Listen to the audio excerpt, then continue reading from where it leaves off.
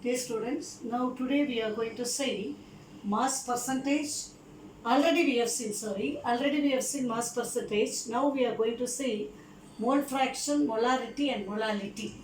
Mole fraction, from the word itself we can understand it is a fraction of moles. For example, I am having two components A and B. Now, from A's amount present in the solution, I can understand the mole fraction of A if I know the number of moles of A and the number of moles of B. What is mole fraction? Now, for example, two components I am having A and B. When they are mixed together, there will be certain amounts of number of moles of A and certain number of moles of B. So calculate the number of moles. You know how to calculate the number of moles, weight given by molecular weight. So mole fraction of A will be equal to, it is called chi. Chi of A will be equal to number of moles of A by number of moles of A plus number of moles of B. If you are having a trinary solution, C is also there, means the number of moles of A divided by number of moles of A plus number of moles of B plus number of moles of C. Then what will be the mole fraction of B? Number of moles of B divided by all the total number of moles of all the components in the solution. If AB are there, then A and B. A, B, C are there, A, B, C. All the three components, number of moles you have to add. Numerator should be that component, number of moles of that component divided by total number of moles of all the components in the solution. So, if you have chi A, chi B, chi C, then what will be chi A plus chi B plus chi C? Denominator is same. Numerator will become number of moles of A plus number of moles of B, number of moles of C. That will be the same as the denominator also. So that will be equal to what? 1. So if only two components are there, it's a binary solution, means if you know the mole fraction of one component, the other component will be equal to 1 minus the first component A. Are you clear? The mole fraction? Mole fraction, how will you calculate? First step you calculate the number of moles of all the components. Then you have to calculate the mole fraction of that component. How? Number of moles of that component divided by total number of moles of all the components in the solution. Now let us go to the example. Calculate the mole fraction of, this is called ethylene glycol. What is ethylene glycol? It is an anti-freezing agent. In very cold countries, the petrol inside, diesel inside the vehicles will freeze. To avoid that freezing, they will add an anti-freezing agent, that is ethylene glycol, containing 20%. Whenever they are giving a percent of solute, the solute plus solvent will be equal to 100 gram. That you have to have it in your mind. By mass in aqueous solution, that means it is mixed with water. 20 gram of ethylene glycol is mixed with 80 gram of water. So the total mass of the solution is 100. That is the meaning. So what is the mass of ethylene glycol? 20 gram. Its molar mass, you can, from the formula you can calculate, it will come out as 62. Please calculate and see. Then, so number of moles of that ethylene glycol will be equal to its weight divided by its molecular weight. So you got the number of moles of the first component. Then second component, it is an aqueous solution. So water is a solvent. Number of moles of water is equal to, what is the weight of water? I told, put together only they will be 100 gram. So 80 gram is the weight of the water. So 80 divided by what is the molecular weight of water? 18. So this you calculate, this is Y means, this is X means, then mole fraction chi of ethylene glycol is equal to number of moles of ethylene glycol divided by total number of both the components in the solution. Number of moles of ethylene glycol plus number of moles of water.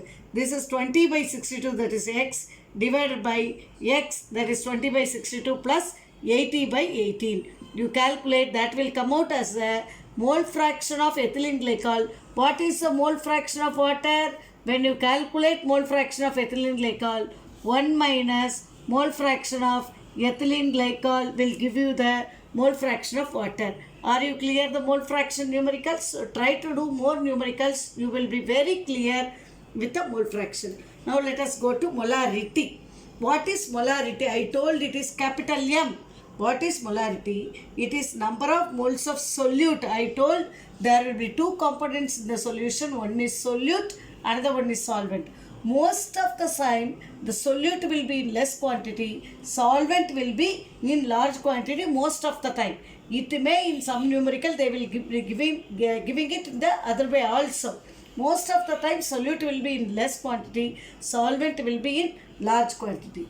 Number of moles of solute divided by volume of the solution in liters. So what will be its unit? Numerator is moles, denominator is liter. It has to be converted into liter. That's why already we have seen the unit conversions. How to convert ml into liter into 10 power minus 3. That is the conversion of ml, milliliter into liter. For example, you are having 4 gram of NaOH is dissolved in 500 ml of aqueous solution. Calculate its molarity. What is the molarity? Is number of moles of solute. Who is dissolved? NaOH. In what it is dissolved? In water. So NaOH is a solute, water is a solvent. Put together you are getting 500 ml of solution. So number of moles of solute. Numerator you separately you calculate. Then you put it with the denominator. Number of moles of solute means you know very well. Weight by molecular weight. What is the weight of NaOH? 4 gram. Divided by what is the molecular weight of NaOH? 23 plus 16 plus 1. So it is 40. So it will be, if you cancel, it is 0.1. So 0.1 mole divided by volume of the solution in liter. Liter it is 500 into 10 power minus 3. That 10 power minus 3 goes up means what it will become? 1000 plus 3 it will become. So 0.1 into 1000 will become 100 divided by 500, cancel it, it will be 1 by 5 is equal to 0.2 mole per liter. Hope you know how to do this numerical of molarity. Molarity can be not only expressed by this formula, there are 3 other formulas also for competition, and 12th class also you will be using. That is for dilution. Dilution means you are having a cup, in a beaker you are having HCl. That HCl is 0.2 molar. 250 ml you are having. You are adding 750 ml of water, you are diluting that HCl. So 0.2 molar will not remain in the 1000 ml. Molarity will change definitely. So during dilution, how to calculate the molarity? You know molarity means number of moles of solute by volume of solution liter. So volume of solution liter, when it is multiplied by the molarity, you will get the number of moles of the solute. Before mixing or after mixing, you are not changing the amount of HCl. You are only changing the amount of solvent. So number of moles of the solute, that is HCl, remains the same. How to calculate the number of moles? Molarity into volume. That is M into V. Before dilution and after dilution, the number of moles of the HCl remains the same. Number of moles of the solute will remain the same. How to calculate? Molarity into volume. So M1 into V1 is equal to M2 into V2. You had first 250 ml of 0.2 molar of HCl. You are diluting it to 1000 ml. So volume only is changing. So definitely what will change? Molarity will change. M1 V1 is equal to M2 V2. This is before dilution, this is after dilution. So M2 is equal to 0.2 into 250 divided by this 1000 will give you molarity of the solution after dilution. Now we are going to say mixing. What do you mean by mixing? You are having 2 beakers. One is having 0.1 molar of HCl, 100 ml. Another one is having 0.3 molar of HCl, 200 ml. Both you are pouring it in another beaker, third beaker. So 100 ml plus 200 ml of HCl, it will become what ml? 300 ml. But molarity will not remain the same because different molar HCl you are adding into another beaker. So what is the formula for mixing? M1 V1 plus M2 V2 is equal to molarity into V1 plus V2. The volume remains the same, together 100 plus 200 ml. So 300 ml. Molarity of this solution you want to calculate 0.1